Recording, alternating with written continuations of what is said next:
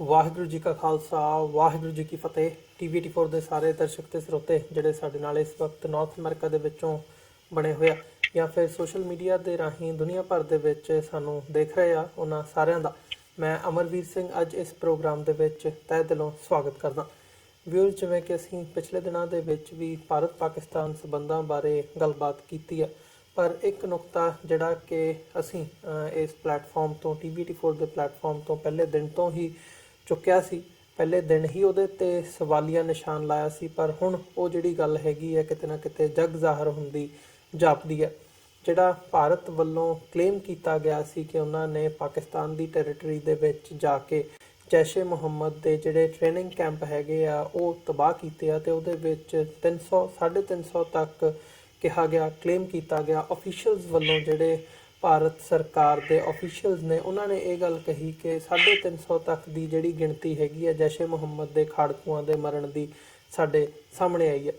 ਸੋ ਇਹ ਭਾਰਤ ਦੇ ਮੀਡੀਆ ਵੱਲੋਂ ਵੀ ਕਾਫੀ ਇਹਨੂੰ ਪ੍ਰਮੋਟ ਕੀਤਾ ਗਿਆ, ਪ੍ਰੋਪੇਗੇਟ ਕੀਤਾ ਗਿਆ, ਕਿਉਂਕਿ ਇੱਕ ਵਾਰ ਹਿਸਟੀਰੀਆ ਕ੍ਰੀਏਟ ਹੋਇਆ ਭਾਰਤ ਦੇ ਮੀਡੀਆ ਦੇ ਵਿੱਚ ਜਾਂ ਓਵਰਆਲ ਜਦੋਂ ਅਸੀਂ ਦੇਖਦੇ ਹਾਂ। ਪਰ ਹੁਣ ਜਦੋਂ ਇੰਟਰਨੈਸ਼ਨਲ ਮੀਡੀਆ, ਉਹ BBC ਹੋਵੇ, ਰॉयਟਰਸ ਦੀਆਂ ਨਿਊਜ਼ ਏਜੰਸੀਜ਼ ਹੋਣ ਜਾਂ ਅਦਰਵਾਈਜ਼ ਜਦੋਂ ਅਸੀਂ ਦੇਖਦੇ ਹਾਂ ਨਿਊਯਾਰਕ ਟਾਈਮਜ਼, LA ਟਾਈਮਜ਼, ਮਤਲਬ ਥਰੂ ਆਊਟ ਜਿਹੜਾ ਇੰਟਰਨੈਸ਼ਨਲ ਮੀਡੀਆ ਹੈਗਾ ਉਹਨਾਂ ਦੀਆਂ ਜਿਹੜੀਆਂ ਸਟੋਰੀਜ਼ ਉਹਨਾਂ ਨੇ ਪ੍ਰਿੰਟ ਕੀਤੀਆਂ ਨੇ, ਉਹਨਾਂ ਨੇ ਕੰਪਲੀਟਲੀ ਇਹਨਾਂ ਰਿਪੋਰਟਸ ਨੂੰ ਟਰੈਸ਼ ਕੀਤਾ, ਇਹਨਾਂ ਨੂੰ ਦਰਕਿਨਾਰ ਕੀਤਾ ਕਿ ਇੱਦਾਂ ਦਾ ਕੁਝ ਹੋਇਆ ਹੀ ਨਹੀਂ। ਜਿਹੜਾ BBC ਵੱਲੋਂ ਜਿਹੜੇ ਲੋਕਲਸ ਨਾਲ ਇੰਟਰਵਿਊ ਕੀਤੀ ਗਈ ਹੈ, ਜਿਹੜੇ ਉੱਥੇ ਸਥਾਨਕ ਜਿੱਥੇ ਇਹ ਸਟ੍ਰਾਈਕਸ ਕਰਨ ਦਾ ਦਾਅਵਾ ਕੀਤਾ ਗਿਆ, ਉਹਨਾਂ ਵੱਲੋਂ ਸਿੱਧਾ ਤੇ ਸਪਸ਼ਟ ਤੌਰ 'ਤੇ ਇਹ ਗੱਲ ਕਹੀ ਗਈ ਹੈ ਕਿ ਹਮਲਾ ਜ਼ਰੂਰ ਹੋਇਆ, ਉੱਥੇ ਬੰਬਾਰਡਮੈਂਟ ਜ਼ਰੂਰ ਹੋਈ, ਬਟ ਉਹ ਖਾਲੀ ਦਰਖਤਾਂ ਦੇ ਉੱਤੇ ਜਾਂ ਖਾਲੀ ਜਗ੍ਹਾ ਦੇ ਉੱਤੇ ਜਿਹੜੇ ਹਮਲਾ ਸੀ ਉਹ ਹੋਇਆ। ਜਿਹੜੇ ਬੰਬ ਜਾਂ ਜੋ ਵੀ ਉੱਥੇ ਡਿੱਗਿਆ, ਪੇਲੋਡ ਜਿਹੜਾ ਕਿਹਾ ਜਾਂਦਾ, ਉਹ ਉੱਥੇ ਡਿੱਗਿਆ ਅਤੇ ਉਹਦੇ ਨਾਲ ਕਿਸੇ ਦਾ ਨੁਕਸਾਨ ਨਹੀਂ ਹੋਇਆ। ਮਹਿਜ਼ ਇੱਕ ਬੰਦਾ ਉੱਥੇ ਜਿਹਦੇ ਘਰ ਦੇ ਨਾਲ ਇਹ ਡਿੱਗਿਆ ਅਤੇ ਉਹਨੂੰ ਨੁਕਸਾਨ ਪਹੁੰਚਿਆ, ਉਹਦੀ ਅੱਖ ਦੇ ਉੱਤੇ ਜਿਹੜੀ ਸੱਟ ਲੱਗੀ ਹੈ। ਸੋ ਭਾਰਤ ਸਰਕਾਰ ਦੇ ਜਿਹੜੇ ਇਹ ਦਾਅਵੇ ਨੇ ਉਹਨਾਂ ਦੇ ਪਿੱਛੇ ਕਾਰਨ ਕੀ ਹੈ, ਉਹਨਾਂ ਦੇ ਵਿੱਚ ਇਸ ਵਕਤ ਇੱਕ ਵੱਡਾ ਸਵਾਲੀਆ ਨਿਸ਼ਾਨ ਲੱਗਿਆ। ਈਵਨ ਵਿਦਨ ਵੀ ਹੁਣ ਮਮਤਾ ਬੈਨਰਜੀ ਹੋਣ ਜਾਂ ਅਦਰਵਾਈਜ਼ ਜਿਹੜਾ ਵਿਦਨ ਭਾਰਤ ਦਾ ਮੀਡੀਆ ਹੈਗਾ ਉਹਦੇ ਵਿੱਚ ਵੀ ਇਹ ਸੁਰਾਂ ਜਿਹੜੀਆਂ ਉੱਠਣੀਆਂ ਸ਼ੁਰੂ ਹੋ ਗਈਆਂ ਨੇ ਕਿ ਉਹਨਾਂ ਨੇ ਸਰਕਾਰ ਦੇ ਜਿਹੜੇ ਦਾਅਵੇ ਨੇ, ਕਲੇਮ ਨੇ, ਉਹਨਾਂ ਨੂੰ ਕੁਐਸਚਨ ਕਰਨਾ ਸ਼ੁਰੂ ਕਰ ਦਿੱਤਾ। ਸੋ ਕੀ ਜਿਹੜੀ ਇਹ ਮਾਰੇ ਜਾਣ ਦੀ ਗੱਲ ਕੀਤੀ ਗਈ ਹੈ, ਮਹਿਜ਼ ਦਰਖਤ ਤੇ ਇੱਕ ਬੰਦਾ ਉਹਦੇ ਵਿੱਚ ਜ਼ਖਮੀ ਹੋਇਆ ਹੋਵੇ, ਸੋ ਇਹ ਜਿਹੜਾ ਪ੍ਰੋਪੇਗੈਂਡਾ ਹੈਗਾ ਇਹ ਕਿਉਂ ਕੀਤਾ ਜਾ ਰਿਹਾ ਹੈ ਅਤੇ ਇਸ ਪ੍ਰੋਪੇਗੈਂਡੇ ਦਾ ਕਾਰਨ ਕੀ ਹੈ, ਇਹਦੇ ਬਿਹਾਈਂਡ ਕੀ ਹੈ। ਅਤੇ ਅਦਰਵਾਈਜ਼ ਜੇ ਸਾਰੀ ਇਹ ਸਟੋਰੀ ਦੇਖਣੀ ਹੋਵੇ ਪੁਲਵਾਮਾ ਹਮਲੇ ਤੋਂ ਬਾਅਦ ਜੋ ਵੀ ਹੁਣ ਤੱਕ ਹੋਇਆ, ਉਹਦੇ ਵਿੱਚ ਹੋਰ ਕੀ ਪ੍ਰੋਪੇਗੈਂਡਾ ਹੈ ਜਾਂ ਹੋਰ ਕੀ ਜਿਹੜੇ ਦਾਅਵੇ ਨੇ ਉਹ ਝੂਠ ਹੋ ਸਕਦੇ ਨੇ, ਇਹਦੇ 'ਤੇ ਅੱਜ ਅਸੀਂ ਗੱਲਬਾਤ ਕਰਾਂਗੇ। ਇਸ ਸਾਰੇ ਨੂੰ ਅਸੀਂ ਡਾਇਸੈਕਟ ਕਰਨ ਦੀ ਕੋਸ਼ਿਸ਼ ਕਰਾਂਗੇ ਅਤੇ ਇਸ ਸਾਰੀ ਗੱਲਬਾਤ ਦੇ ਲਈ ਅੱਜ ਸਾਡੇ ਨਾਲ ਟੋਰਾਂਟੋ ਤੋਂ ਮੀਡੀਆ ਪਰਸਨੈਲਿਟੀ ਸਰਦਾਰ ਹਰਪ੍ਰੀਤ ਸਿੰਘ ਸਾਡੇ ਨਾਲ ਫੋਨ ਲਾਈਨ 'ਤੇ ਬਣੇ ਨੇ। ਆਓ ਉਹਨਾਂ ਨਾਲ ਮਿਲ ਕੇ ਅੱਜ ਦੀ ਵਿਚਾਰ ਚਰਚਾ ਦੀ ਸ਼ੁਰੂਆਤ ਕਰਦੇ ਹਾਂ। ਹਰਪ੍ਰੀਤ ਸਿੰਘ ਜੀ, ਤੁਹਾਡਾ ਸਵਾਗਤ ਹੈ। ਵਾਹਿਗੁਰੂ ਜੀ ਕਾ ਖਾਲਸਾ ਵਾਹਿਗੁਰੂ ਜੀ ਕੀ ਫਤਿਹ। ਹਾਂਜੀ ਵੀਰ ਜੀ, ਬਹੁਤ ਬਹੁਤ ਧੰਨਵਾਦ। ਔਰ ਜਿੰਨੇ ਵੀ ਸਰੋਤੇ ਨੇ ਜਾਂ ਜਿੰਨੇ ਦਰਸ਼ਕ ਨੇ ਵੱਖਰੇ ਵੱਖਰੇ ਮਾਧਿਅਮਾਂ ਰਾਹੀਂ ਸਾਨੂੰ ਸੁਣਦੇ ਨੇ, ਦੇਖਦੇ ਨੇ, ਸਭ ਨੂੰ ਵਾਹਿਗੁਰੂ ਜੀ ਕਾ ਖਾਲਸਾ ਵਾਹਿਗੁਰੂ ਜੀ ਕੀ ਫਤਿਹ।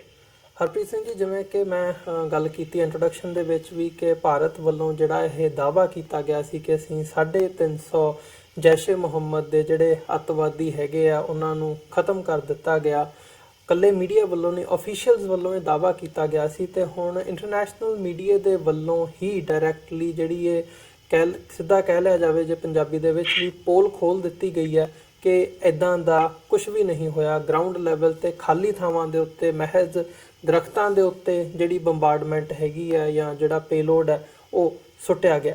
ਸੋ ਮੈਂ ਇਹਦੇ ਕਾਰਨ ਜਾਣਨਾ ਚਾਹੂੰਗਾ ਵੀ ਜਿਹੜਾ ਇਹ ਪ੍ਰੋਪੇਗੈਂਡਾ ਹੈ ਜਾਂ ਜਿਹੜਾ ਇਹ ਦਾਅਵਾ ਹੈ, ਤਾਂ ਆਮ ਤੌਰ 'ਤੇ ਜਿਹੜੀ ਗੱਲ ਸਾਹਮਣੇ ਆਉਂਦੀ ਹੈ ਉਹ ਇਹ ਹੈ ਕਿ ਇਹ 2019 ਦੀਆਂ ਚੋਣਾਂ ਨੂੰ ਮੁੱਖ ਰੱਖ ਕੇ ਪਾਕਿਸਤਾਨ ਨੂੰ ਟਾਰਗੇਟ ਕਰਕੇ ਇੱਕ ਵੋਟਾਂ ਬਟੋਰਨ ਦੀ ਰਾਜਨੀਤੀ ਹੈ। ਇਹਦੇ ਬਿਹਾਈਂਡ ਹੋਰ ਕੀ ਹੋ ਸਕਦਾ, ਜਾਂ ਜਦੋਂ ਤੁਸੀਂ ਇਹਨੂੰ ਐਨਾਲਾਈਜ਼ ਕਰਦੇ ਹੋ ਤਾਂ ਕੀ ਦੇਖਦੇ ਹੋ ਵੀ ਜਿਹੜਾ ਇਹ ਪ੍ਰੋਪੇਗੈਂਡਾ ਕੀਤਾ ਜਾ ਰਿਹਾ ਹੈ ਜਾਂ ਜਿਹੜੀ ਇਹ ਨੈਗੇਟਿਵਿਟੀ ਦਾ ਇੱਕ ਆਲਮ ਇਸ ਵਕਤ ਨਜ਼ਰ ਆ ਰਿਹਾ ਉਹਦੇ ਬਿਹਾਈਂਡ ਕੀ ਹੈ? ਜੀ ਬਹੁਤ ਸਾਰੀਆਂ ਗੱਲਾਂ ਤਾਂ ਵੈਸੇ ਤੁਸੀਂ ਆਪ ਹੀ ਕਹਿ ਦਿੱਤੀਆਂ ਵੀ ਜਿੰਨਾ ਉਹ ਕੂੜ ਫੈਲਾਇਆ ਗਿਆ, ਜਿੰਨਾ ਉਹ ਝੂਠ ਫੈਲਾਇਆ ਗਿਆ, ਉਹਦੀਆਂ ਪਰਤਾਂ ਕੋਈ ਇੱਕ ਵਾਰੀ ਨਹੀਂ, ਇਹ ਪਰਤਾਂ ਬਹੁਤ ਵਾਰੀ ਖੁੱਲੀਆਂ ਨੇ। ਇਹ ਜਿਹੜਾ ਝੂਠ ਉਹਨਾਂ ਦਾ ਇੱਕ ਵਾਰੀ ਨਹੀਂ ਬਹੁਤ ਵਾਰ ਬੇਨਕਾਬ ਹੋਇਆ। ਜਦੋਂ ਪਹਿਲਾਂ ਸਰਜੀਕਲ ਸਟ੍ਰਾਈਕ ਕੀਤੀ ਸੀ ਤੇ ਉਦੋਂ ਵੀ ਇਹ ਚੀਜ਼ਾਂ ਸਾਹਮਣੇ ਆਈਆਂ ਸੀ, ਔਰ ਫੌਜ ਦੇ ਵੀ ਕਈ ਜਿਹੜੇ ਅਧਿਕਾਰੀ ਜਿਹੜੇ ਖਾਸ ਤੌਰ ਤੇ ਜਿਹੜੇ ਆਪਣਾ ਥੋੜਾ ਮੋਟਾ ਦਿਮਾਗ ਰੱਖਦੇ ਆ ਜੀ, ਉਹਨਾਂ ਨੇ ਉਦੋਂ ਵੀ ਕਿਹਾ ਸੀਗਾ ਕਿ ਜਿਹੜੀਆਂ ਇਹ ਸਰਜੀਕਲ ਸਟ੍ਰਾਈਕਸ ਨੇ ਇਹ ਕੋਈ ਨਰਿੰਦਰ ਮੋਦੀ ਨੇ ਸ਼ੁਰੂ ਨਹੀਂ ਕਰਵਾਈਆਂ, ਇਹ ਪਹਿਲਾਂ ਵੀ ਹੁੰਦੀਆਂ ਰਹੀਆਂ। ਇਹ 1947 ਤੋਂ ਇੱਕ ਤਰ੍ਹਾਂ ਦੇ ਨਾਲ ਸਰਜੀਕਲ ਸਟ੍ਰਾਈਕ ਜਿਹੜੀਆਂ ਨੇ ਉਹ ਹੁੰਦੀਆਂ ਰਹੀਆਂ। ਪਰ ਸਵਾਲ ਇਹ ਆ ਜਾਂਦਾ ਵੀ ਨਰਿੰਦਰ ਮੋਦੀ ਦੇ ਵੇਲੇ ਇਹ ਹਾਈਪ ਕਿਉਂ? ਜੀ ਦੇਖੋ, ਜਿਹੜਾ ਨਰਿੰਦਰ ਮੋਦੀ ਦੀ ਜੇ ਹੁਣ ਦੀ ਗੱਲ ਕਰਦੇ ਆ ਤੇ 14 ਫਰਵਰੀ ਦੇ ਜਿਹੜੇ ਅਟੈਕ ਹੋਏ, 30 ਜਨਵਰੀ ਦੇ ਵਿੱਚ ਜਿਹੜੀ ਅਮਰੀਕਾ ਦੀਆਂ ਖੁਫੀਆ ਏਜੰਸੀਆਂ ਸਨ, ਉਹਨਾਂ ਦੇ ਜਿਹੜੇ ਉੱਚ ਅਧਿਕਾਰੀ ਸੀ, ਉਹਨਾਂ ਨੇ ਪਹਿਲਾਂ ਹੀ ਇਹ ਕਿਆਸ ਰਾਈਆਂ ਲਾਉਣੀਆਂ ਸ਼ੁਰੂ ਕਰ ਦਿੱਤੀਆਂ ਸੀ ਕਿ ਕੁਛ ਨਾ ਕੁਛ ਲੋਕਾਂ ਦਾ ਜਿਹੜਾ ਜਿਹੜੀ ਉਹਨਾਂ ਦੀ ਹਮਾਇਤ ਲੈਣ ਦੇ ਲਈ ਇਹ ਕੁਛ ਨਾ ਕੁਛ ਕਰ ਸਕਦੇ ਆ। ਔਰ 14 ਫਰਵਰੀ ਨੂੰ ਉਹ ਕੁਛ ਨਾ ਕੁਛ ਦੇ ਵਿੱਚੋਂ ਉਹ ਹੋ ਗਿਆ। ਹੁਣ ਉਹ ਤੋਂ ਅੱਗੇ ਚੋਣਾਂ ਦਾ ਮਾਹੌਲ ਆ, ਇਹਨੂੰ ਅਸੀਂ ਬ੍ਰੈਕਟਾਂ ਦੇ ਵਿੱਚ ਹੀ ਰੱਖਦੇ ਹਾਂ ਕਿਉਂਕਿ ਉਨੀ ਦੇਰ ਤੱਕ ਲੋਕਾਂ ਨੇ ਕੋਈ ਵੀ ਵੋਟਾਂ ਨਹੀਂ ਦੇਣੀਆਂ ਜਿੰਨੀ ਦੇਰ ਤੱਕ ਉਹਨਾਂ ਨੂੰ ਕੋਈ ਗਰਮ ਜਿਹੜੀ ਖਬਰ ਆ ਉਹ ਨਹੀਂ ਮਿਲਦੀ। ਚਾਹੇ 1984 ਦਾ ਤੁਸੀਂ ਇਤਿਹਾਸ ਲੈ ਲਓ, ਇਤਿਹਾਸ ਨੂੰ ਫਰੋਲ ਲਓ ਤੁਸੀਂ। 1984 ਤੋਂ ਬਾਅਦ ਰਾਜੀਵ ਗਾਂਧੀ ਆਇਆ ਸੀਗਾ, 2002 ਤੋਂ ਬਾਅਦ ਮੋਦੀ ਜਿਹੜਾ ਹੈਗਾ ਆ ਗੁਜਰਾਤ ਚੋਂ ਗਿਆ ਹੀ ਨਹੀਂ।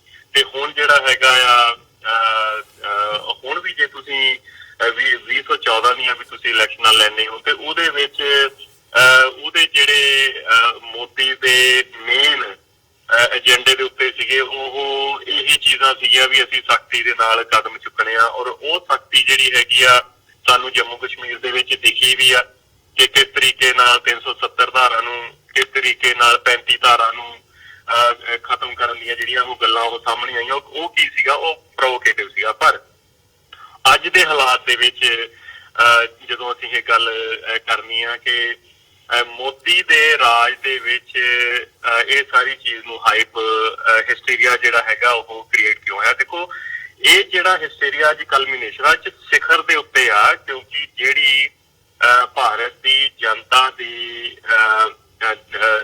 ਉਹਨਾਂ ਦੀਆਂ ਆਸਾਂ ਨੇ ਜਾਂ ਉਹਨਾਂ ਦੀਆਂ ਹਿੰਦੀ ਚ ਆਕਾਂਸ਼ਾਵਾਂ ਨੇ ਉਹ ਇੰਨੀਆਂ ਕੁ ਉੱਚੀਆਂ ਕਰ ਦਿੱਤੀਆਂ ਗਈਆਂ ਨੇ ਕਿ ਉਹਨਾਂ ਨੂੰ ਇਸ ਤਰੀਕੇ ਦੇ ਜਿਹੜੇ ਐਕਸ਼ਨ ਤੋਂ ਬਾਅਦ ਉਸ ਐਕਸ਼ਨ ਚਾਹੇ ਹੋਇਆ ਚਾਹੇ ਕੁਛ ਨਹੀਂ ਹੋਇਆ ਪਰ ਉਹਦਾ ਰਿਜ਼ਲਟ ਜਿਹੜਾ ਹੈਗਾ ਆ ਉੱਚੇ ਉੱਚੇ ਦਾਅਵੇ ਕਰਕੇ ਹੀ ਉਹਨਾਂ ਦੀ ਜਿਹੜੀਆਂ ਇਹ ਆਸਾਵਾਂ ਨੇ ਉਹਨਾਂ ਨੂੰ ਟੌਨਿਕ ਦਿੱਤਾ ਜਾ ਸਕਦਾ। ਤਾਂ ਵੀ ਅਲਟੀਮੇਟਲੀ ਉਹਨਾਂ ਦਾ ਗੋਲ ਜਾਂ ਆਬਜੈਕਟਿਵ ਇਹੀ ਹੈ ਕਿ 2019 ਦੀਆਂ ਚੋਣਾਂ ਕਿਵੇਂ ਜਿੱਤਣੀਆਂ, ਖਾਸ ਤੌਰ ਦੇ ਉੱਤੇ ਉਸ ਸਮੇਂ ਦੇ ਵਿੱਚ ਜਦੋਂ 1 ਕਰੋੜ 1 ਸਾਲ ਦੀ ਨੌਕਰੀ ਨਹੀਂ ਮਿਲੀ, 15 ਲੱਖ ਜਿਹੜਾ ਰੁਪਈਆ ਉਹ ਇਹਨਾਂ ਦੇ ਖਾਤਿਆਂ 'ਚ ਨਹੀਂ ਆਇਆ।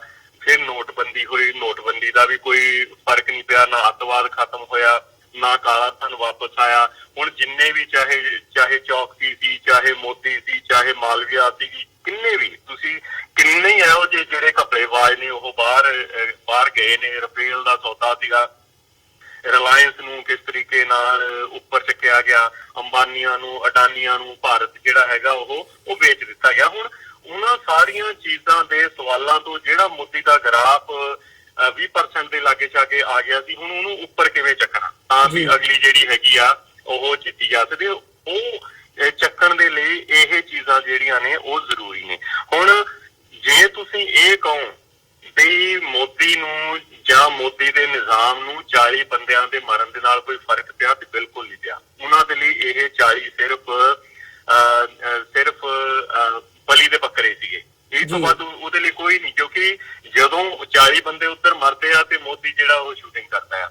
ਜਦੋਂ 40 ਬੰਦੇ ਮਰਦੇ ਨੇ ਉੱਧਰ ਮੁਲਕ ਦੇ ਵਿੱਚ ਉਹਨਾਂ ਦਾ ਮਾਤਮ ਮਨਾਇਆ ਜਾ ਰਿਹਾ, ਪਰ ਇਹ ਜਿਹੜਾ ਹੈਗਾ ਆਪਣੀਆਂ ਚੋਣ ਰੈਲੀਆਂ ਕਰ ਰਿਹਾ, ਜਦ ਕਿ ਦੂਸਰੀਆਂ ਜਿੰਨੀਆਂ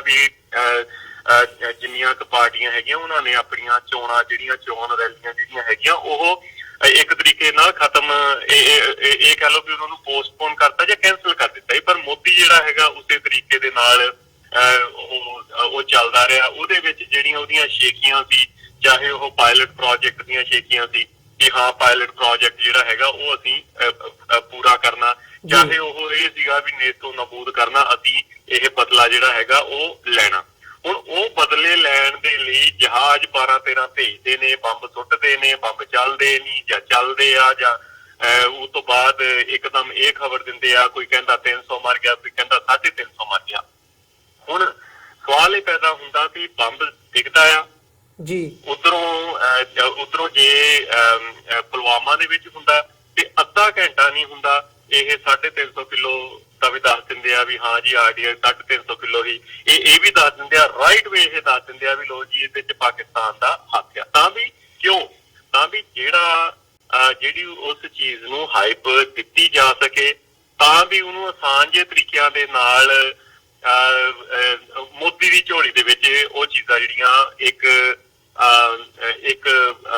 ਵਿਨਿੰਗ ਸਪੀਚ ਦੇ ਤੌਰ ਦੇ ਉੱਤੇ ਵੀ ਹਾਂ ਜੀ ਮੋਦੀ ਬਾਰ-ਬਾਰ ਜਿੱਤ ਰਿਹਾ, ਜੇ ਕੋਈ ਬਚਾ ਸਕਦਾ ਤੇ ਸਿਰਫ ਉਹ ਮੋਦੀ ਬਚਾ ਸਕਦਾ।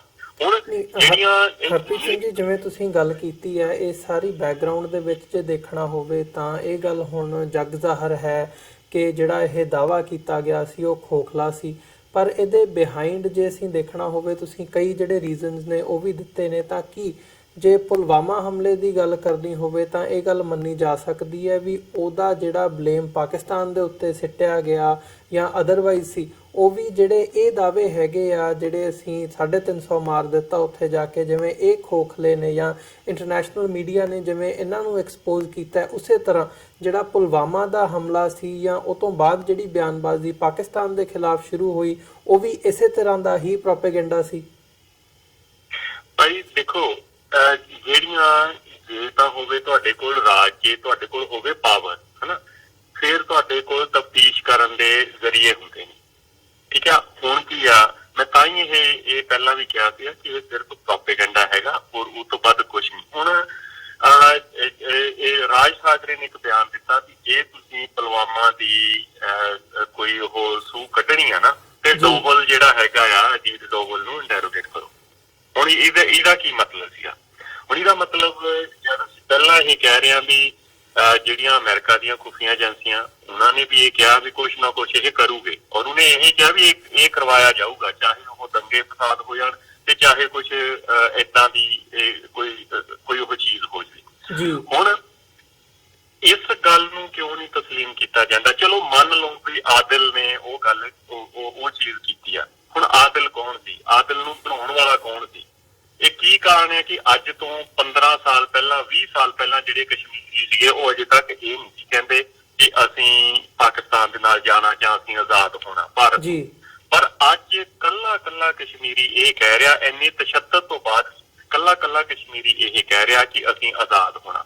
ਹੁਣ ਜੇ ਪਾਕਿਸਤਾਨ ਦੀਆਂ, ਵੈਸੇ ਭਾਜੀ ਮੈਨੂੰ ਇਹ ਲੱਗਦਾ ਕਿ ਪਾਕਿਸਤਾਨ ਦੇ ਵਿੱਚ ਚਾਹੇ ਇਮਰਾਨ ਖਾਨ ਦੀਆਂ ਗੱਲਾਂ ਦੇ ਵਿੱਚ ਬਹੁਤ ਦਮ ਆ। ਉਹ ਕਹਿੰਦਾ ਵੀ ਮੰਨ ਵੀ ਲਓ ਵੀ ਉਹ ਧਮਾਕਾ ਹੋਇਆ, ਕਿਸੇ ਨੇ ਜ਼ਿੰਮੇਵਾਰੀ ਲਈ, ਪਰ ਗੱਲ ਇਹ ਦੇਖੋ ਵੀ ਤੁਹਾਡੇ ਉਹ ਇੰਡੀਜਨਸ ਬੰਦਾ, ਤੁਹਾਡੇ ਇੰਡੀਆ ਦਾ ਉਹ ਬੰਦਾ, ਹਿੰਦੁਸਤਾਨ ਦਾ ਬੰਦਾ, ਹਿੰਦੁਸਤਾਨ ਦੇ ਵਿੱਚ ਸਾਰਾ ਕੁਝ ਹੋਇਆ, ਹਿੰਦੁਸਤਾਨ ਦੇ ਵਿੱਚ ਜਿਹੜਾ ਉਹ ਬਲਾਸਟ ਹੋਇਆ, ਉਹ ਜਿਹੜਾ ਮਟੀਰੀਅਲ ਸੀਗਾ ਉਹ ਵੀ ਪਿੱਛੇ ਆਇਆ। ਹੁਣ ਉਹਦੇ ਚ ਇੱਕਦਮ ਤੁਸੀਂ ਪਾਕਿਸਤਾਨ ਦੇ ਉੱਤੇ ਉਂਗਲ ਕਰ ਦਿੰਦੇ ਆ, ਤੁਹਾਡਾ ਕੀ ਆਧਾਰ ਕੀ ਹੈ? ਇਹਦਾ ਮਤਲਬ ਇਹ ਆ ਵੀ ਇਹ ਵੈਲ ਕੋਜੂਟੇਟਡ ਅਪਨ, ਵੈਲ ਪੌਂਡਰਡ ਅਪਨ ਜਿਹੜਾ ਹੈਗਾ, ਇਹ ਸੋਚੀ ਸਮਝੀ ਇਹ ਚਾਲ ਸੀ ਕਿਸ ਤਰੀਕੇ ਦੇ ਨਾਲ ਉਹ ਹਮਲੇ ਕਰਨੇ ਨੇ ਤੇ ਕਿਸ ਤਰੀਕੇ ਦੇ ਨਾਲ ਉਹ ਬਲੇਮ ਉਹਨਾਂ ਦੇ ਉੱਤੇ ਸੁੱਟਣਾ। ਹੁਣ ਦੇਖੋ 40 ਬੰਦੇ ਮਰੇ ਨੇ, 40 ਦੇ ਕਰੀਬ, 40 ਤੋਂ 50 ਦੇ ਕਰੀਬ ਇਹ ਬੰਦੇ ਮਰੇ ਨੇ, ਪਰ ਕੀ ਕਦੀ ਕਿਸੇ ਵੀ ਹਿੰਦੁਸਤਾਨੀ ਨੇ ਇਸ ਗੱਲ ਦੇ ਉੱਤੇ ਕੋਈ ਸਵਾਲ ਪੈਦਾ ਕੀਤਾ ਕਿ 597 ਜਿਹੜੇ ਫੌਜੀ ਨੇ ਜਾਂ ਸੁਰੱਖਿਆ ਕਰਮਚਾਰੀ ਨੇ, ਪੁਲਿਸ ਦੀ ਨਹੀਂ ਮੈਂ ਗੱਲ ਕਰ ਰਿਹਾ, ਇਹ ਸਿਰਫ ਜਾਂ ਪੈਰਾਮਿਲਟਰੀ ਫੋਰਸਿਸ ਜਾਂ ਜਿਹੜੀ ਇਹਨਾਂ ਦੀ ਮਿਲਟਰੀ ਨੇ, 597 ਬੰਦੇ ਨੇ ਆਤਮ ਹੱਤਿਆ ਕੀਤੀ ਹੈ। ਔਰ ਅਜੇ ਥੋੜੇ ਜਿਹੇ ਦਿਨ, ਮੇਰੇ ਖਿਆਲ ਕੱਲ ਪਰਸੋਂ ਦੀ ਇੱਕ ਗੱਲ ਆ ਕਿ ਅਰਵਿੰਦ ਸਿਨਹਾ, ਉਹ ਵਿੰਗ ਕਮਾਂਡਰ ਸੀਗਾ ਫੌਜ ਦੇ ਵਿੱਚ, ਉਹਨੇ ਵੀ ਆਪਣੀ ਗੋਲੀ ਮਾਰ ਕੇ ਆਤਮ ਹੱਤਿਆ ਕੀਤੀ ਹੈ। ਕਿ ਹਰ ਤੀਸਰੇ ਦਿਨ ਜੇ ਅਸੀਂ ਇਹਦੇ 5 ਸਾਲ ਵੀ ਮੋਦੀ ਦੇ ਲੈਨੇ ਆ, 365 ਨਾਲ ਗੁਣਾ ਕਰਕੇ 5 ਸਾਲ ਵੀ ਕਰਦੇ ਆ, ਤੇ 597 ਫੌਜੀਆਂ ਦੀ ਆਤਮ ਹੱਤਿਆ ਦਾ ਮਤਲਬ ਕਿ ਹਰੇਕ ਤੀਸਰੇ ਦਿਨ ਇੱਕ ਫੌਜੀ ਜਿਹੜਾ ਹੈਗਾ ਉਹ ਆਤਮ ਹੱਤਿਆ ਕਰਦਾ ਜੀ। ਹੁਣ ਕੀ ਉਹ ਹੱਤਿਆਵਾਂ ਤੇ ਇਹਨਾਂ ਹੱਤਿਆਵਾਂ ਦੇ ਵਿੱਚ ਕੋਈ ਫਰਕ ਹੈ? ਬੰਦੇ ਉਹ ਵੀ ਗਏ, ਬੰਦੇ ਇਹ ਵੀ ਗਏ। ਜੇਕਰ ਇਹਨੂੰ ਅੱਤਵਾਦੀਆਂ ਨੇ ਮਾਰਿਆ ਤੇ ਉਹਨਾਂ ਨੂੰ ਪ੍ਰਸ਼ਾਸਨ ਨੇ ਮਾਰਿਆ, ਉਹ ਕੋਈ ਫੈਮਿਲੀ ਪ੍ਰੋਬਲਮਾਂ ਕਰਕੇ ਨਹੀਂ ਉਹਨਾਂ ਨੇ ਆਪਣੀ ਆਤਮ ਹੱਤਿਆ ਕੀਤੀ। ਉਹਨਾਂ ਦੇ ਵਿੱਚ ਪ੍ਰਸ਼ਾਸਨਿਕ ਪ੍ਰੋਬਲਮਾਂ ਸੀਗੀਆਂ, ਉਹਨਾਂ ਦੇ ਵਿੱਚ ਜਿਹੜੀਆਂ ਉਹਨਾਂ ਦੇ ਚਾਹੇ ਉਹਨਾਂ ਨਾਲ ਵਧੀਆ ਵਰਤਾਅ ਨਹੀਂ ਸੀ ਹੁੰਦਾ, ਚਾਹੇ ਜਿਹੜੀ ਉਹਨਾਂ ਦੀ ਫੈਮਿਲੀ ਦੀ। ਅੱਜ ਜਿਹੜਾ ਪੂਰਾ ਹਿੰਦੁਸਤਾਨ ਅੱਜ ਬੜੀ ਤਕਲੀਫ 'ਚ ਅੱਜ ਸਾਡੇ 40 ਮਰ ਗਏ, ਸਾਡੇ 40 ਮਰ ਗਏ, ਸਾਡੇ 40 ਮਰ ਗਏ। ਕੀ ਉਹਨਾਂ ਹਿੰਦੁਸਤਾਨੀਆਂ ਨੇ ਕਦੀ ਉਹਨਾਂ ਬੰਦਿਆਂ ਦੀ ਜਿਹੜੇ ਫੌਜ ਦੇ ਵਿੱਚ ਨੇ, ਉਹਨਾਂ ਦੇ ਘਰ ਪਿੱਛੇ ਨੇ, ਉਹਨਾਂ ਦੀਆਂ ਜ਼ਮੀਨਾਂ ਦੇ ਉੱਤੇ ਕਬਜ਼ੇ ਕਰਦੇ ਨੇ, ਕੀ ਉਹਨਾਂ ਕਬਜ਼ਿਆਂ ਨੂੰ ਛਡਾਉਣ ਦੇ ਲਈ ਕਦੀ ਇਹੋ ਜਿਹੀ ਕਾਮਾਰੋਲੀ ਪਾਈ ਆ? ਬਿਲਕੁਲ ਨਹੀਂ ਪਾਈ। ਸੋ ਇਹ ਜਿਹੜੀਆਂ ਬਹੁਤ ਸਵਾਲ ਇਹਦੇ ਤੋਂ ਬਹੁਤ ਸਾਰੇ ਉੱਠਦੇ ਨੇ। ਨਹੀਂ, ਬਿਲਕੁਲ ਜਿਵੇਂ ਤੁਸੀਂ ਗੱਲ ਕੀਤੀ ਹੈ ਵੀ ਜਿਹੜੇ ਰੀਅਲ ਇਸ਼ੂਜ਼ ਹੈਗੇ ਨੇ, ਈਵਨ ਫੌਜੀਆਂ ਨਾਲ ਪੈਟਰੀਓਟਿਜ਼ਮ ਦੇ ਥੱਲੇ ਜਿਹੜਾ ਇਹ ਸਿੰਪੈਥਾਈਜ਼ ਕੀਤਾ ਜਾਂਦਾ ਹੈ, ਮਤਲਬ ਉਹੀ ਫੌਜੀ ਨੇ ਜਿਹੜੇ ਜੰਤਰ ਮੰਤਰ ਤੇ ਕਿੱਡਾ ਵੱਡਾ ਜਿਹੜਾ ਕਿੰਨੇ ਲੰਬੇ ਸਮੇਂ ਤੱਕ ਉਹਨਾਂ ਨੇ 1 ਰੈਂਕ 1 ਪੈਨਸ਼ਨ ਦੇ ਲਈ ਧਰਨਾ ਦਿੱਤਾ ਹੈ, ਪਰ ਉਹਨਾਂ ਦੀ ਨਾ ਕਿਸੇ ਸਰਕਾਰ ਨੇ ਸੁਣਵਾਈ ਕੀਤੀ ਤੇ ਨਾ ਹੀ ਮੀਡੀਆ ਵੱਲੋਂ ਇਦਾਂ ਦਾ ਕੋਈ ਹਿਸਟੀਰੀਆ ਉਹਨਾਂ ਦੇ ਪੱਖ ਦੇ ਵਿੱਚ ਕ੍ਰੀਏਟ ਕੀਤਾ ਗਿਆ ਜਿਹੜਾ ਕਿ ਅੱਜ ਕੀਤਾ ਜਾ ਰਿਹਾ ਹੈ। ਸੋ ਜਿਵੇਂ ਇਹ ਗੱਲ ਹੁਣ ਹੈਗੀ ਹੈ ਕਿ ਇਹਦੇ ਪਿੱਛੇ ਇੱਕ ਪ੍ਰੋਪੇਗੈਂਡਾ ਨਜ਼ਰ ਆ ਰਿਹਾ ਹੈ, ਇਹਦੇ ਪਿੱਛੇ ਫਾਇਦਾ ਲੈਣ ਦੀ, ਵੋਟਾਂ ਲੈਣ ਦੀ ਰਾਜਨੀਤੀ ਨਜ਼ਰ ਆ ਰਹੀ ਹੈ ਇੱਕ ਪਾਰਟੀ ਵੱਲੋਂ, ਤੇ ਜਿਹੜਾ ਮੀਡੀਆ ਹੈਗਾ ਉਹ ਵੀ ਕਿਤੇ ਨਾ ਕਿਤੇ ਉਸੇ ਪਾਰਟੀ ਦੀ ਪਿੱਠ ਦੇ ਉੱਤੇ ਖੜਾ ਹੈ ਤੇ ਉਹਨਾਂ ਨੂੰ ਉਸੇ ਤਰ੍ਹਾਂ ਪ੍ਰਮੋਟ ਕਰ ਰਿਹਾ ਹੈ। ਸੋ ਜੇ ਇਹ ਸਾਰੇ ਘਟਨਾਕ੍ਰਮ ਨੂੰ ਹੁਣ ਥੋੜ੍ਹਾ ਜਿਹਾ ਜੇ ਅੱਜ ਦੀਆਂ ਜਿਹੜੀਆਂ ਘਟਨਾਵਾਂ ਹੈਗੀਆਂ ਨੇ ਲੇਟੈਸਟ, ਉਹਦੇ ਵੱਲ ਨਜ਼ਰ ਮਾਰਨੀ ਹੋਵੇ, ਪਾਕਿਸਤਾਨ ਦੇ ਪ੍ਰਧਾਨ ਮੰਤਰੀ ਇਮਰਾਨ ਖਾਨ ਹੋਰਾਂ ਵੱਲੋਂ ਇਹ ਗੁੱਡਵਿਲ ਜੈਸਚਰ ਕੀਤਾ ਜਾਂਦਾ ਹੈ ਕਿ ਜਿਹੜਾ ਅਭਿਨੰਦਨ ਅਸੀਂ ਤੁਹਾਡਾ ਹਵਾਈ ਫੌਜੀ ਫੜਿਆ ਉਹਨੂੰ ਅਸੀਂ ਛੱਡਦੇ ਹਾਂ, ਉਹ ਅੱਜ ਛੱਡ ਵੀ ਦਿੱਤਾ ਗਿਆ।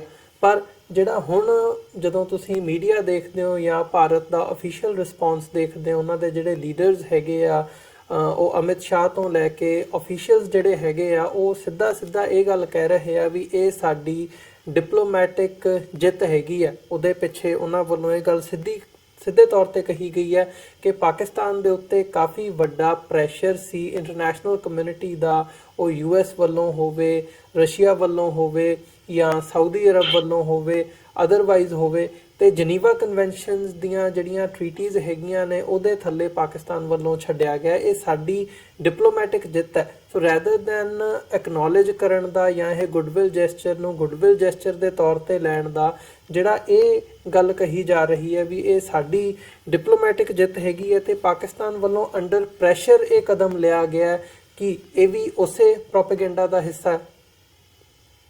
ਭਾਜੀ ਮੈਂ ਨਾ ਬਹੁਤੀ ਵਾਰ ਇਹ ਕਹਿਣਾ ਹੁੰਦਾ ਵੀ ਲੱਕੜ ਸਿਰੇ, ਇਹਨਾਂ ਲੱਕੜ ਸਿਰਿਆਂ ਦੇ ਤੋਂ ਇਸ ਗੱਲ ਦਾ ਸਵਾਲ ਹੋਣਾ ਚਾਹੀਦਾ ਵੀ ਪ੍ਰੈਸ਼ਰ ਤਾਂ ਸਰਬਜੀਤ ਦੇ ਵੇਲੇ ਵੀ ਬਹੁਤ ਸੀ, ਪ੍ਰੈਸ਼ਰ ਤਾਂ ਯਾਦਵ ਦੇ ਵੇਲੇ ਵੀ ਬਹੁਤ ਸੀ, ਤੇ ਉਹ ਕਿਉਂ ਨਾ ਛਡਾ ਲਿਆ ਤੁਸੀਂ? ਕਿ ਉਦੋਂ ਜਿਹੜੀਆਂ ਇੰਟਰਨੈਸ਼ਨਲ ਕਮਿਊਨਿਟੀ ਸੀਗੀਆਂ ਉਹਨਾਂ ਨੇ ਪ੍ਰੈਸ਼ਰ ਨਹੀਂ ਸੀ ਪਾਇਆ?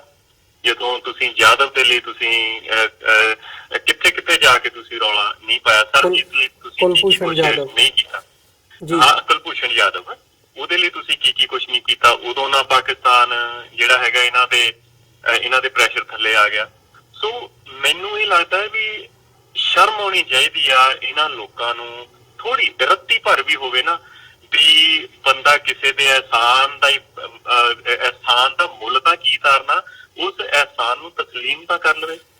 ਇਹ ਕੋਈ ਦੇਖੋ, ਇਮਰਾਨ ਖਾਨ ਜਦੋਂ ਦਾ ਜੁਲਾਈ ਦੀ ਗੱਲ ਤੁਸੀਂ ਕਰ ਲਓ, ਜਿਹੜਾ ਉਹਦੀ ਜਦੋਂ ਅਜੇ ਉਹਨੇ ਸਹੁੰ ਨਹੀਂ ਸੀ ਚੱਕੀ, ਉਦੋਂ ਵੀ ਉਹਨੇ ਜਿਹੜਾ ਪਹਿਲਾ ਭਾਸ਼ਣ ਦਿੱਤਾ ਸੀ ਤੇ ਉਹਨੇ ਇਹ ਕਿਹਾ ਸੀਗਾ ਕਿ ਜੇ ਭਾਰਤ ਇੱਕ ਕਦਮ ਸਾਡੇ ਵੱਲ ਆਊਗਾ ਅਸੀਂ 2 ਕਦਮ ਉਹਦੇ ਵੱਲ ਜਾਵਾਂਗੇ। ਇਹ ਗੱਲ ਕਹੀ ਹੈ ਨਾ ਜੀ। ਹੁਣ ਵੀ ਉਸ ਸ਼ਖਸ ਨੇ ਬੜਾ ਜੈਨੂਅਨ ਮਤਲਬ ਕਿ ਉਹਦੀ ਜਦੋਂ ਜਹਾਜ਼ ਫੜ ਵੀ ਹੁੰਦਾ ਜਾਂ ਜਦੋਂ ਪੁਲਵਾਮਾ ਦਾ ਅਟੈਕ ਵੀ ਹੁੰਦਾ, ਜਦੋਂ ਉਹ ਐਡਰੈਸ ਕਰਦਾ ਉਦੋਂ ਵੀ ਬੜੇ ਸਲੀਕੇ ਨਾਲ ਉਹ ਇਹ ਕਹਿ ਰਿਹਾ ਕਿ ਸਾਨੂੰ ਕੁਛ ਦਿਓ ਤਾਂ ਸਹੀ, ਸਾਨੂੰ ਦਿਓ। ਜੇ ਅਸੀਂ ਤਫਤੀਸ਼ ਨਾ ਕਰਾਂਗੇ, ਜੇ ਸਾਡੇ ਤਫਤੀਸ਼ ਦੇ ਵਿੱਚ ਤੁਹਾਨੂੰ ਇਹ ਲੱਗਿਆ ਵੀ ਕੋਈ ਕਾਣ ਆ, ਤੇ ਫਿਰ ਕਰ ਲਿਓ ਤੁਸੀਂ ਜੋ ਕੁਛ ਕਰਨਾ। ਪਰ ਇੱਕ ਚੀਜ਼ ਨੂੰ ਖਿਆਲ ਰੱਖਿਓ ਵੀ ਜੰਗ ਜਿਹੜੀ ਹੈਗੀ ਆ ਨਾ ਤੁਹਾਡੇ ਲਈ ਚੰਗੀ ਹੋਣੀ ਆ ਜੰਗ ਜਿਹੜੀ ਆ ਉਹ ਸਾਡੇ ਲਈ ਵੀ ਕੋਈ ਚੰਗੀ ਨਹੀਂ ਹੋਣੀ। ਤੁਸੀਂ ਜੀ ਕੋਈ ਇੱਕ ਰੀਜ਼ਨ ਤਾਂ ਦੇ ਦਿਓ। ਇਹ ਕਹਿ ਰਿਹਾ ਕਿ ਕੋਈ ਇੱਕ ਰੀਜ਼ਨ ਤਾਂ ਸਾਨੂੰ ਦੱਸ ਦਿਓ ਕਿ ਸਾਨੂੰ ਪੁਲਵਾਮਾ ਕਰਾਉਣ ਦੇ ਵਿੱਚ ਸਾਨੂੰ ਕੋਈ ਫਾਇਦਾ ਹੋਊਗਾ। ਕੋਈ ਰੀਜ਼ਨ ਤਾਂ ਦੱਸੋ ਨਾ। ਉਦੋਂ ਉਸ ਸਮੇਂ ਦੇ ਵਿੱਚ ਸਾਊਦੀ ਅਰੇਬੀਆ ਦਾ ਜਿਹੜਾ ਰਾਜਾ ਉਹ ਉੱਥੇ ਇਨਵੈਸਟ ਕਰਨ ਲਈ ਉੱਥੇ ਉਹਨੇ ਆਉਣਾ ਸੀਗਾ। ਜੇ ਉਹ ਉਸ ਤਰੀਕੇ ਨਾਲ ਕਰਦੇ ਤੇ ਉਹਨਾਂ ਨੂੰ ਕੀ ਫਾਇਦਾ ਹੋਣਾ ਸੀਗਾ। ਉਹਨੇ ਕੀ ਇਹੋ ਜਿਹੀ ਉਹ ਕਰਨੀ ਸੀਗੀ ਦੱਸਦਾ ਇਹਦੇ ਚੋਂ ਪੁਲਵਾਮਾ ਦੇ ਵਿੱਚੋਂ ਵੀ ਆਹ ਚੀਜ਼ ਸਾਡੇ ਨਾਲ ਹੋਈ ਆ। ਜਾਂ ਜਿਵੇਂ 2000 ਦੇ ਵਿੱਚ ਇਹਨਾਂ ਨੇ ਕਲਿੰਟਨ ਨੂੰ ਆਪਣੇ ਵੱਲ ਕਰਨ ਦੇ ਲਈ ਚਿੱਠੀ ਸਿੰਘਪੁਰਾ ਦੇ ਵਿੱਚ ਸਿੱਖਾਂ ਦਾ ਕਤਲ ਕੀਤਾ ਸੀਗਾ। ਉਹ ਤਾਂ ਇੱਕ ਸਿੰਪਥੀ ਲੈਣੀ ਆ, ਪਰ ਇਹਦੇ ਵਿੱਚ ਸਿੰਪਥੀ ਕੀ ਆ? ਜਿਹੜੀ ਇਹ ਪੁਲਵਾਮਾ ਦਾ ਅਟੈਕ ਹੋਇਆ ਉਹਦੇ ਚ ਪਾਕਿਸਤਾਨ ਦਾ ਇੱਕ ਕੋਈ ਨਾ ਜਿਹਨੂੰ ਬਿਲਕੁਲ ਵੀ ਸਿਆਸਤ ਨਹੀਂ ਆਉਂਦੀ ਉਹ ਵੀ ਇਹ ਦੱਸ ਦੂਗਾ ਵੀ ਉਹਦੇ ਵਿੱਚ ਉਹਨਾਂ ਦਾ ਕੋਈ ਏਡਾ ਰੋਲ ਨਹੀਂ ਹੋ ਸਕਦਾ, ਕਿਉਂਕਿ ਉਹਨਾਂ ਨੂੰ ਕੋਈ ਫਾਇਦਾ ਨਹੀਂ ਹੈਗਾ। ਤੇ ਫਾਇਦਾ ਕਿਹਨੂੰ ਆ? ਫਾਇਦਾ ਮੋਦੀ ਤੋਂ ਇਲਾਵਾ, ਬੀਜੇਪੀ ਤੋਂ ਇਲਾਵਾ ਹੋਰ ਕਿਸੇ ਵੀ ਤਰੀਕੇ ਕਿਸੇ ਨੂੰ ਨਹੀਂ ਹੈਗਾ। ਪਰ ਉਹਨਾਂ ਦੀ ਕੋਈ ਇੰਟਰੋਗੇਸ਼ਨ ਜਿਹੜੀ ਹੈਗੀ ਆ ਉਹ ਨਹੀਂ ਹੋ ਸਕਦੀ, ਕਿਉਂਕਿ ਉਹਨਾਂ ਨੇ ਹਾਲਾਤ ਇਹੋ ਜਿਹੇ ਪੈਦਾ ਕਰ ਦਿੱਤੇ ਆ। ਹੁਣ ਆਪਾਂ ਇਮਰਾਨ ਖਾਨ ਦਾ ਜਿਹੜਾ ਕੱਲ ਦਾ ਉਹਦੇ ਸੈਸ਼ਨ ਦੇ ਵਿੱਚ ਉਹਨੇ ਸਪੀਚ ਕੀਤੀ, ਉਹਦੇ ਵਿੱਚ ਵੀ ਉਹ ਇਹੀ ਗੱਲਾਂ ਕਹਿ ਰਿਹਾ ਸੀ। ਮੈਨੂੰ ਵੀ ਪਤਾ ਸਨ ਔਰ ਇਹ ਗੱਲ ਦੀ ਕਿਆਸ ਰਾਏ ਅਸੀਂ ਵੀ ਲਾ ਰਹੇ ਸੀਗੇ ਵੀ ਜੇ ਇਮਰਾਨ ਖਾਨ ਹੋਣੀ ਜਾਂ ਜੇ ਪਾਕਿਸਤਾਨ ਅਭਿਨੰਦਨ ਨੂੰ ਛੱਡਦਾ ਵੀ ਆ ਤੇ ਇਹਨਾਂ ਨੇ ਇਹ ਗੱਲਾਂ ਕਹਿਣੀਆਂ ਨੇ ਕਿ ਉਹ ਡਰ ਗਿਆ। ਹੁਣ ਦੇਖੋ ਇਹਨਾਂ ਨੇ ਇਹ ਕਿਹਾ ਵੀ ਜਨੇਵਾ ਕਨਵੈਨਸ਼ਨ ਯੁੱਧ ਲੱਗਣ ਤੋਂ ਬਾਅਦ ਦੀ ਗੱਲ ਆ। ਜਦੋਂ ਯੁੱਧ ਲੱਗਦਾ ਉਹ ਤੋਂ ਬਾਅਦ ਟਰੂਸ ਹੁੰਦਾ। ਉਹਦੇ ਚ ਜਿਹੜੇ ਜੰਗੀ ਕੈਦੀ ਨੇ ਉਹਨਾਂ ਦੇ ਆਦਾਨ ਪ੍ਰਦਾਨ ਹੁੰਦੇ ਨੇ। ਇਹ ਜਨੇਵਾ ਕਨਵੈਨਸ਼ਨ ਉਦੋਂ ਲਾਗੂ ਹੁੰਦੀਆਂ ਨੇ ਜਦੋਂ ਜੰਗ ਲੱਗਦੀ ਹੈ ਜਾਂ ਜੰਗ ਤੋਂ ਬਾਅਦ ਦੀ ਜਿਹੜੀ ਸੂਰਤ ਹੁੰਦੀ ਹੈ। ਜੰਗ ਲੱਗ ਕੇ ਤੇ ਬਾਅਦ ਚ ਜਦੋਂ ਜੰਗ ਖਤਮ ਹੁੰਦੀ ਆ ਕਿਸੇ ਸਮਝੌਤੇ ਤਹਿਤ, ਉਦੋਂ ਜਿਹੜੇ ਹੈਗੇ ਆ ਆਕੂਪਾਈਡ ਜਿਹੜੇ ਐਨੀਮੀ ਦੇ ਹੈਗੇ ਨੇ ਵਾਰ ਆਕੂਪਾਈਡ ਜਿਹੜੇ ਪ੍ਰਿਜ਼ਨਰਸ ਨੇ ਉਹਨਾਂ ਦੇ ਆਦਾਨ ਪ੍ਰਦਾਨ ਹੁੰਦੇ ਨੇ। ਹੁਣ ਇਹਦੇ ਵਿੱਚ ਐਗਰੈਸ਼ਨ ਕਰਨ ਉਹ ਉਹਨਾਂ ਦੀ ਧਰਤੀ ਦੇ ਉੱਤੇ ਜਾ ਰਿਹਾ, ਉਹ ਉਸੇ ਤਰੀਕੇ ਨਾਲ ਹੈ ਜਿੱਦਾਂ ਯਾਦਵ ਆ। ਜੇ ਇਹ ਚਾਹੁੰਦੇ ਤੇ ਉਹਨੂੰ ਇਹ ਰੱਖ ਸਕਦੇ ਸੀਗੇ। ਜੇ ਇਹ ਚਾਹੁੰਦੇ ਤੇ ਪਾਕਿਸਤਾਨ ਦੇ ਜਿਹੜੇ ਲੋਕ ਨੇ ਜਾਂ ਪਾਕਿਸਤਾਨ ਦਾ ਨਿਜ਼ਾਮ ਜੇ ਚਾਹੁੰਦਾ ਤੇ ਇਹਨਾਂ ਦੇ ਵਿੱਚ ਕੋਈ ਏਡੀ ਹਿੰਮਤ ਨਹੀਂ ਸੀ ਹੈਗੀ ਵੀ ਇਹ ਉਹਨੂੰ ਛੁਡਾ ਸਕਦੇ। ਸੋ ਇੰਨੀ ਆਸਾਨ ਫਰਾਮੋਸ਼ੀ ਮੈਂ ਇਹ ਕਹਿਣਾ ਕਿ ਇਹ ਸਿਰਫ ਉੱਪਰ ਲੈਵਲ ਤੱਕ ਨਹੀਂ, ਇਹਨਾਂ ਦੇ ਥੱਲੇ ਲੈਵਲ ਤੱਕ ਤੁਸੀਂ ਦੇਖ ਲਓ। ਉਹ ਬੰਦਾ ਜਿਹੜਾ ਹੈਗਾ ਉਹਦੇ ਚਪੇੜ ਇੱਕ ਪਈ ਨਹੀਂ ਹੈਗੀ ਤੇ ਉਹ ਤੋਤੇ ਵਾਂਗ ਬੋਲ ਰਿਹਾ ਅਭਿਨੰਦਨ। ਪਰ ਇਹ ਉਹਨੂੰ ਜਦੋਂ ਉਹਨੂੰ ਪੇਸ਼ ਕਰ ਰਹੇ ਨੇ, ਦੇਖੀਏ ਹਮਾਰਾ ਸ਼ੇਰ ਹੈ, ਉਹ ਤੁਸੀਂ ਥੋੜੀ ਬਹੁਤੀ ਤਾਂ ਮਾੜੀ ਮੋਟੀ ਇਸ ਚੀਜ਼ ਦਾ ਅਹਿਸਾਨ ਮੰਨੋ ਕਿ ਭਾਈ ਪਾਕਿਸਤਾਨ ਜਿਹਨੂੰ ਤੁਸੀਂ ਦੁਸ਼ਮਣ ਮੁਲਕ ਕਹਿੰਦੇ ਆ, ਉਹਨੇ ਤੁਹਾਡੇ ਜਿਹੜੇ ਕੈਦੀ ਨੂੰ ਬੜੇ ਪਿਆਰ ਦੇ ਨਾਲ, ਬੜੇ ਸਤਿਕਾਰ ਦੇ ਨਾਲ ਉਹਨੂੰ ਰੱਖਿਆ। ਤੇ ਜੇ ਉਹਨੂੰ ਜਾਂਦਿਆਂ ਸਾਰ ਮੂਧਾ ਪਾ ਲੈਂਦੇ ਤੇ ਫਿਰ ਤੁਸੀਂ ਕੀ ਕਰ ਲੈਂਦੇ ਜੀ, ਹਨਾ। ਪਰ ਇਹਨਾਂ ਦੇ ਵਿੱਚ ਅੱਛਾ ਹੋਰ ਦੇਖੋ, ਅਜੇ ਤੱਕ ਇਹਦਾ ਮੋਦੀ ਦਾ ਟਵੀਟ ਕੋਈ ਨਹੀਂ ਆਇਆ ਵੀ ਹਾਂ ਭਾਈ ਅਭਿਨੰਦਨ ਨੂੰ ਛੱਡਿਆ ਤੇ ਉਹਦਾ ਸ਼ੁਕਰੀਆ ਜਾਂ ਨਹੀਂ ਸ਼ੁਕਰੀਆ। ਹਾਂ, ਅੱਗੇ ਜਿਹੜੀ ਕੂਟਨੀਤਿਕ ਪ੍ਰੈਸ਼ਰ ਦੀ ਗੱਲ, ਜੇ ਤੁਹਾਨੂੰ ਯਾਦ ਹੋਵੇ ਤੇ 2000 ਮੇਰਾ ਖਿਆਲ ਉਦੋਂ ਉਹਨਾਂ ਦੀ ਸਰਕਾਰ ਸੀਗੀ ਆਪਣਾ ਮਨਮੋਹਨ ਸਿੰਘ ਦੀ। ਉਦੋਂ ਵੀ ਜਦੋਂ ਚਾਈਨਾ ਇਹਨਾਂ ਦੇ 18 ਕਿਲੋਮੀਟਰ ਅੰਦਰ ਆ ਕੇ ਇਹਨਾਂ ਨੇ ਛਾਉਣੀ ਪਾ ਕੇ ਬੈਠ ਗਏ ਸੀ, ਉਦੋਂ AK ਐਂਟਨੀ ਜਿਹੜਾ ਸੀਗਾ ਉਹ ਡਿਫੈਂਸ ਮਿਨਿਸਟਰ ਸੀ, ਉਦੋਂ ਵੀ ਇਹੀ ਚੀਜ਼ ਕੀਤੀ। ਅਸੀਂ ਚਾਈਨਾ ਦੇ ਉੱਤੇ ਕੂਟਨੀਤਿਕ ਪ੍ਰੈਸ਼ਰ ਪਾ ਲਿਆ। ਹੁਣ ਕੂਟਨੀਤਿਕ ਪ੍ਰੈਸ਼ਰ ਕੀ ਪਵਾਇਆ? ਚਾਈਨਾ ਨੇ ਇਹ ਕਿਹਾ ਵੀ ਅਸੀਂ ਬੰਦੇ ਬਾਹਰ ਤਾਂ ਲੈ ਕੇ ਜਾਵਾਂਗੇ ਜੇ ਤੁਸੀਂ ਆਪਣੇ ਚਮਾਰ ਸੈਕਟਰ ਦੇ ਜਿਹੜੇ ਬੰਕਰ ਨੇ ਉਹ ਤੋੜੋਗੇ। ਚਮਾਰ ਸੈਕਟਰ ਜਿਹੜਾ ਹੈਗਾ ਉਹ ਇਹਨਾਂ ਦੀ ਹੱਦ ਦੇ ਅੰਦਰ ਹੁੰਦਾ, ਨਾ ਕਿ ਉਹ ਜਿਹੜਾ ਹੈਗਾ ਆ ਲਾਈਨ ਆਫ ਕੰਟਰੋਲ ਦੇ ਉੱਤੇ ਹੁੰਦਾ। ਉਹ ਐਕਚੁਅਲ ਲਾਈਨ ਆਫ ਕੰਟਰੋਲ ਦੇ ਉੱਤੇ ਹੁੰਦਾ, ਇਹਨਾਂ ਦੀ ਹੱਦ ਦੇ ਅੰਦਰ ਹੁੰਦਾ। ਚਾਈਨਾ ਨੇ ਉਹ ਚਮਾਰ ਵਾਲੇ ਬੰਕਰ ਤੜਵਾਏ ਸੀਗੇ ਇਹਨਾਂ ਦੇ, ਤਾਂ ਕਰਕੇ ਵਾਪਸ ਗਈ। ਪਰ ਇਹਨਾਂ ਨੇ ਜੋ ਅੱਗੇ ਪ੍ਰੋਜੈਕਟ ਕੀਤਾ ਲੋਕਾਂ ਨੂੰ ਬੇਵਕੂਫ ਬਣਾਉਣ ਦੇ ਲਈ, ਉਹਨਾਂ ਨੇ ਇਹ ਕੀਤਾ ਵੀ ਅਸੀਂ ਕੂਟਨੀਤਿਕ ਪ੍ਰੈਸ਼ਰ ਜਿਹੜਾ ਹੈਗਾ ਉਹ ਪਾ ਲਿਆ। ਜੇ ਕੂਟਨੀਤਿਕ ਪ੍ਰੈਸ਼ਰ ਤੁਸੀਂ ਪ੍ਰੈਸ਼ਰ ਪਾਉਣ ਵਾਲੇ ਹੈਗੇ ਤੇ ਚਾਈਨਾ ਹਰ ਵਾਰ ਅਸਰ ਦੀ ਵਾਰ ਨੂੰ ਵੀਟੋ ਕਰ ਦਿੰਦਾ ਕਿ ਉਹਨੂੰ ਜਿਹੜਾ ਹੈਗਾ ਆ ਗਲੋਬਲ ਟੈਰਰਿਸਟ ਦੀ ਘੋਸ਼ਿਤ ਨਹੀਂ ਹੋਣ ਦੇਣਾ, ਤੇ ਉਦੋਂ ਨਾ ਤੁਸੀਂ ਇਹ ਪ੍ਰੈਸ਼ਰ ਪਾ ਲਿਆ। ਸੋ ਮੈਂ ਇਹੀ ਕਹਿਣਾ ਕਿ ਦੇਖੋ, ਇਮਰਾਨ ਖਾਨ ਇਸ ਸਾਰੇ ਐਪੀਸੋਡ ਦੇ ਵਿੱਚ, ਇਮਰਾਨ ਖਾਨ ਹੀ ਜੋ ਮੈਂ ਕਹਿੰਦਾ ਵੀ ਪਾਕਿਸਤਾਨ ਦਾ ਪੂਰਾ ਆਵਾਮ ਜ਼ਿਆਦਾਤਰ ਈਵਨ ਉਹਨਾਂ ਦਾ ਮੀਡੀਆ, ਉਹਨਾਂ ਦਾ ਨਿਜ਼ਾਮ, ਉਹਨਾਂ ਦੀ ਆਪੋਜੀਸ਼ਨ, ਉਹਨਾਂ ਦੀ ਜਿਹੜੀ ਪਾਰਟੀ ਇਨ ਪਾਵਰ, ਸਾਰਿਆਂ ਦੇ ਬੰਦੇ, ਈਵਨ ਜਿਹੜਾ ਪਾਕਿਸਤਾਨ ਦੀ ਆਰਮੀ ਦਾ ਰੋਲ, ਉਹ ਬਹੁਤ, ਮੈਂ ਕਹਿੰਦਾ ਕਿ ਸਾਰੇ ਦੇ ਸਾਰੇ ਪਾਕਿਸਤਾਨੀ ਵਧਾਈ ਦੇ ਪਾਤਰ ਨੇ ਵੀ ਜਿਨ੍ਹਾਂ ਨੇ ਇੰਨਾ ਸੰਜਮ ਦਿਖਾਇਆ ਤਾਂ ਵੀ ਜਿਹੜਾ ਉਸ ਖਿੱਤੇ ਦੇ ਵਿੱਚ ਤਬਾਹੀ ਜਿਹੜੀ ਹੈਗੀ ਆ ਉਹ ਰੋਕੀ ਜਾ ਸਕਦੀ। ਮੈਂ ਇਹ ਕਹੂੰਗਾ, ਇੱਕ ਚੀਜ਼ ਚਾਹੇ ਆਊਟ ਆਫ ਕੰਟੈਕਸਟ ਹੈਗੀ ਆ, ਬਟ ਮੈਂ ਇਹ ਦੱਸਣਾ ਚਾਹੁੰਦਾ ਵੀ ਇੱਥੇ ਵੀ ਇਹਨਾਂ ਦੇ ਜਿਹੜੇ ਹਿੰਦੂਤਵੀ ਨੇ ਉਹ ਮੰਦਿਰਾਂ ਦੇ ਵਿੱਚ ਕੀ ਪ੍ਰਚਾਰ ਕਰ ਰਹੇ ਨੇ, ਇਹ ਉਹੀ ਪ੍ਰਚਾਰ ਕਰ ਰਹੇ ਨੇ, ਬਲੱਡ ਫॉर ਬਲੱਡ ਜੀ, ਔਰ ਉਹੀ ਪ੍ਰਚਾਰ ਆ ਖੂਨ ਦਾ ਬਦਲਾ ਖੂਨ, ਜਿਹੜਾ ਇਹਨਾਂ ਨੇ ਦਿੱਲੀ ਦੇ ਵਿੱਚ 84 ਦੇ ਵਿੱਚ ਲਿਆ ਸੀ। ਪਰ ਸਿਤਮ ਸ਼ਰੀਫੀ ਦੀ ਗੱਲ ਇਹ ਆ ਕਿ ਨਾ ਕਿਮ ਬੋਲਨ ਬੋਲੀ ਆ, ਨਾ ਟੈਰੀ ਬਲੱਸੀ ਹੁਣੀ ਬੋਲਿਆ, ਜਿਹੜੇ ਜੇ ਕੋਈ ਸਿੱਖਾਂ ਦੀ ਗੱਲ ਹੁੰਦੀ ਆ ਤੇ ਇਹ ਸਭ ਤੋਂ ਪਹਿਲਾਂ ਜਿਹੜੇ ਹੁੰਦੇ ਨੇ ਝੰਡਾ ਬਰਦਾਰ ਹੁੰਦੇ ਨੇ ਸਿੱਖਾਂ ਦਾ, ਜਾਂ ਜਿਹੜੀਆਂ ਘੱਟ ਗਿਣਤੀਆਂ ਦੀ ਜਿਹੜੀ ਇਮੇਜ ਆ ਉਹ ਇੱਧਰਲੇ ਮੁਲਕਾਂ ਦੇ ਵਿੱਚ ਤਾਰ-ਪਿੱਟੂ ਕਰਨ ਦੇ ਲਈ। ਜੀ ਬਿਲਕੁਲ। ਹਰਪ੍ਰੀਤ ਸਿੰਘ ਜੀ, ਮੈਂ ਜਾਂਦੇ ਜਾਂਦੇ ਇੱਕ ਸਵਾਲ ਤੁਹਾਡੇ ਕੋਲੋਂ ਜ਼ਰੂਰ ਪੁੱਛਣਾ ਚਾਹੂੰਗਾ ਵੀ ਜਿਹੜਾ ਇਹ ਪ੍ਰੋਪੇਗੈਂਡਾ ਹੈਗਾ, ਅਸੀਂ ਪਹਿਲਾਂ ਗੱਲ ਕੀਤੀ ਹੈ ਵੀ ਜਿਹੜਾ ਅਟੈਕ ਦੇ ਵਿੱਚ ਦਾਅਵਾ ਕੀਤਾ ਗਿਆ ਉਹ ਇੰਟਰਨੈਸ਼ਨਲ ਮੀਡੀਆ ਨੇ ਐਕਸਪੋਜ਼ ਕੀਤਾ ਵੀ ਉੱਥੇ ਤਾਂ ਮਰੇ ਹੀ ਕੋਈ ਨਹੀਂ ਹੈਗਾ, ਤੇ ਫਿਰ ਅਸੀਂ ਬਾਅਦ ਦੇ ਵਿੱਚ ਵੀ ਜਿਹੜੀਆਂ ਇਹ ਫੈਕਟਰਸ ਦੀ ਗੱਲ ਕਰਦੇ ਹਾਂ ਵੀ ਕਿਵੇਂ ਉਹਨੂੰ ਟਵਿਸਟ ਕਰਕੇ ਲੋਕਾਂ ਦੇ ਸਾਹਮਣੇ ਪੇਸ਼ ਕੀਤਾ ਜਾਂਦਾ ਹੈ, ਮੀਡੀਆ ਨੂੰ ਕਿਵੇਂ ਵਰਤਿਆ ਜਾਂਦਾ ਹੈ। ਪਰ ਜਦੋਂ ਹਰ ਵਾਰ ਕਿਤੇ ਨਾ ਕਿਤੇ ਇਹਦੇ ਵਿੱਚ ਇਹ ਗੱਲ ਜੱਗ ਜ਼ਾਹਰ ਹੁੰਦੀ ਹੈ ਵੀ ਆਫੀਸ਼ੀਅਲ ਲੈਵਲ ਤੇ ਐਡਾ ਵੱਡਾ ਝੂਠ ਬੋਲਿਆ ਜਾਣਾ, ਕੀ ਤੁਹਾਨੂੰ ਨਹੀਂ ਲੱਗਦਾ ਵੀ ਇਹਦੇ ਪਿੱਛੇ ਕੋਈ ਸ਼ਰਮ ਆਉਣੀ ਚਾਹੀਦੀ ਹੈ, ਜਾਂ ਆਉਣ ਵਾਲੇ ਸਮੇਂ ਦੇ ਵਿੱਚ ਇਸ ਨੀਤੀ ਨੂੰ ਬਦਲਣ ਦੀ ਲੋੜ ਮਹਿਸੂਸ ਕਰ ਸਕਦੀ ਹੈ ਸਰਕਾਰ? ਇੱਕ ਸਾਡੇ ਕੋਲ ਅਖੀਰਲਾ 1 ਮਿੰਟ ਹੈਗਾ। ਭਾਜੀ ਦੇਖੋ, ਇਮਰਾਨ ਖਾਨ ਨੂੰ ਇੱਕ ਗੱਲ ਕਹੀ ਆ ਕਿ ਮਿਸਕੈਲਕੂਲੇਸ਼ਨ ਹੋ ਜਾਂਦੀ ਆ ਬੰਦੇ ਦੇ ਕੋਲੋਂ, ਤੇ ਉਹ ਜਿਹੜੇ ਭਿਆਨਕ ਸਿੱਟੇ ਕੱਢਦੀ ਆ। ਪਰ ਇਹ ਜਿਹੜੀਆਂ ਚੀਜ਼ਾਂ ਇਹ ਕਰ ਰਹੇ ਨੇ, ਜਦੋਂ ਤਾਂ ਬੰਦੇ ਨੂੰ ਸੁਧਾਰਿਆ ਉਦੋਂ ਜਾ ਸਕਦਾ, ਜਾਂ ਜਗਾਇਆ ਉਦੋਂ ਜਾ ਸਕਦਾ ਜਦੋਂ ਉਹ ਬੰਦਾ ਸੁੱਤਾ ਹੋਵੇ, ਜਦੋਂ ਨੀਂਦ ਦੇ ਵਿੱਚ ਹੋਵੇ। ਪਰ ਜਦੋਂ ਉਹ ਮਕਾਰੀ ਵਸ ਹੋਵੇ ਜਾਂ ਜਦੋਂ ਮਚਲਾ ਹੋਵੇ ਤੇ ਫਿਰ ਉਹਨੂੰ ਕੀ ਤੁਸੀਂ ਜਗਾਓਗੇ? ਹੁਣ ਇਹ ਇੱਕ ਵਾਰ ਨਹੀਂ ਹੋਇਆ ਹੈਗਾ। ਜਦੋਂ ਪਿਛਲੀਆਂ ਸਰਜੀਕਲ ਸਟ੍ਰਾਈਕਸ ਹੋਈਆਂ ਉਦੋਂ ਵੀ ਇਹਨਾਂ ਨੇ ਪਾਕਿਸਤਾਨ ਦੇ ਜਿਹੜੇ ਅਧਿਕਾਰੀ ਨੇ ਉਹਨਾਂ ਨੇ ਦਿਖਾਇਆ ਸਾਰਿਆਂ ਨੂੰ ਕਿ ਭਾਈ ਆਹ ਜਗ੍ਹਾ ਦੇ ਉੱਤੇ ਉਹ ਕਹਿੰਦੇ ਨੇ ਇਹ ਪਿੰਡ ਆ, ਇੱਥੇ ਕਹਿੰਦੇ ਪਿੰਡ ਵਾਲੇ ਕਹਿੰਦੇ ਵੀ ਗੋਲੀ ਵੀ ਨਹੀਂ ਚੱਲੀ ਹੈਗੀ। ਹੁਣ ਵੀ ਤੁਸੀਂ ਇਹ ਦੇਖ ਲਓ, ਜਿਹੜੀ ਪਹਿਲੀ ਵੀਡੀਓ ਪਾਈ ਆ ਉਹ ਵੀਡੀਓ ਗੇਮ ਦੀ ਆ।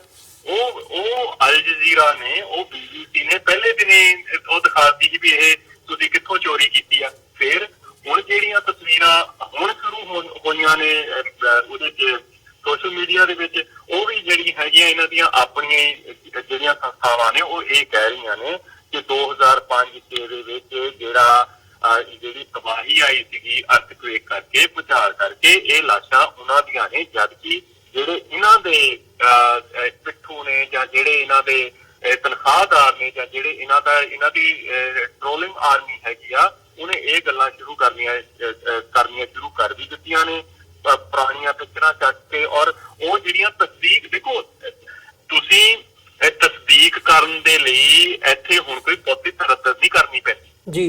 ਪਰ ਅਗੇਨ ਤੁਸੀਂ, ਉਹ ਕਹਿੰਦੇ ਨੇ ਕਿ ਬਸ਼ਰਮ ਬੰਦੇ ਨੂੰ ਤੁਸੀਂ ਕਦੀ ਸ਼ਰਮਸਾਰ ਨਹੀਂ ਕਰ ਸਕਦੇ। ਹੁਣ ਉਹ ਬਾਰ-ਬਾਰ ਇਹ ਕਹਿਤਾ ਵੀ ਜਿਹੜੀਆਂ ਵੀਡੀਓ ਗੇਮ ਦੀਆਂ ਤੁਸੀਂ ਕਲਿੱਪਿੰਗ ਚੱਕ ਲਓਗੇ ਤੇ ਉਹਦੀ ਵੀ ਸੱਚ ਤੁਹਾਡੇ ਸਾਹਮਣੇ ਆ ਗਿਆ, ਉਹਦੇ ਤੋਂ ਵੀ ਇਹਨਾਂ ਨੇ ਸ਼ਰਮ ਮਹਿਸੂਸ ਨਹੀਂ ਕੀਤੀ। ਹੁਣ ਆਹ ਪਿਕਚਰਾਂ ਜਿਹੜੀਆਂ ਚੱਕ ਲਈਆਂ ਨੇ ਉਹਦੀ ਵੀ ਸ਼ਰਮ ਮਹਿਸੂਸ ਨਹੀਂ ਕੀਤੀ।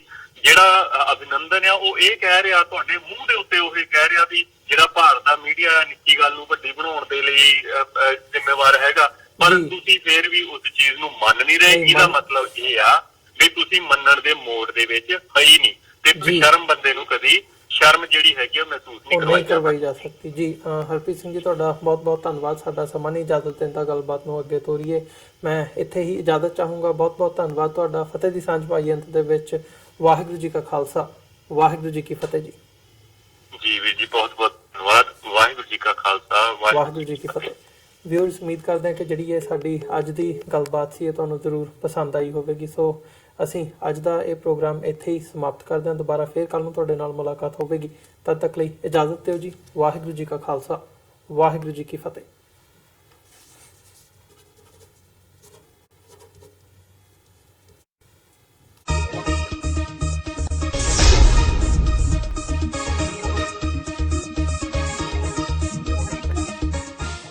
ਪੁਲਵਾਮਾ